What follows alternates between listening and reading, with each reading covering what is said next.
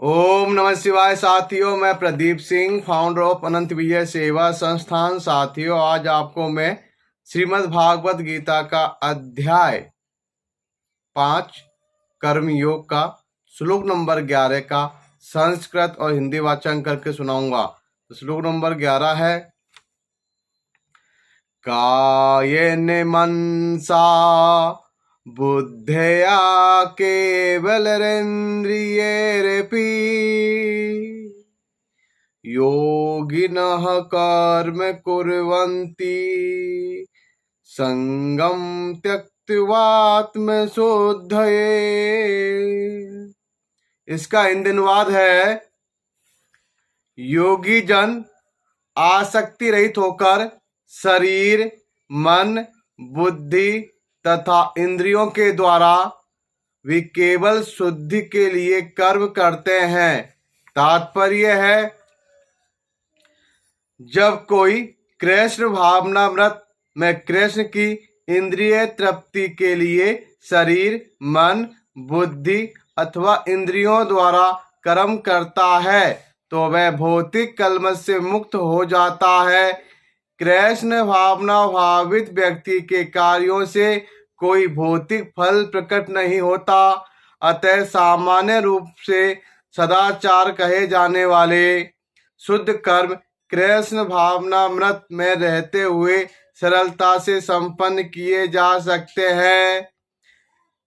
श्रील रूप गोस्वामी ने भक्ति रसामृत सिंधु में इसका वर्णन इस प्रकार किया है, इहायास्य हरेर्दास्ये कर्मणा मनसा गिरा निखिला स्वप्यवस्थासु जीवन मुक्त स उच्यते।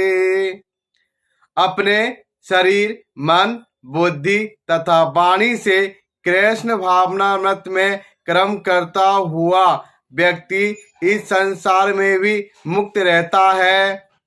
भले ही वह तथाकथित अनेक भौतिक कार्यकलापों में व्यस्त क्यों न रहे, उसमें अहंकार नहीं रहता, क्योंकि वह इसमें विश्वास नहीं रखता कि वह भौतिक शरीर के अथवा यह शरीर उसका है। वह जानता है कि यह है शरीर नहीं है और नहीं यह शरीर ही उसका है। वह स्वयं कृष्ण का है और उसका यह शरीर भी कृष्ण की संपत्ति है। जब वह शरीर, मन, बुद्धि, वाणी, जीवन, संपत्ति आदि से उत्पन्न प्रत्येक वस्तु को जो भी उसके अधिकार में है कृष्ण की सेवा में लगाता है तो वह तुरंत कृष्ण से जुड़ जाता है।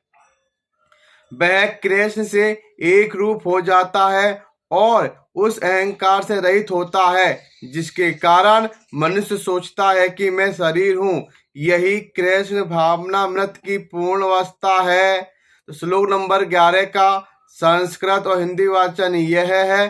कल फिर मिलेंगे श्लोक नंबर 12 के साथ। ओम नमः शिवाय साथियों, धन्यवाद।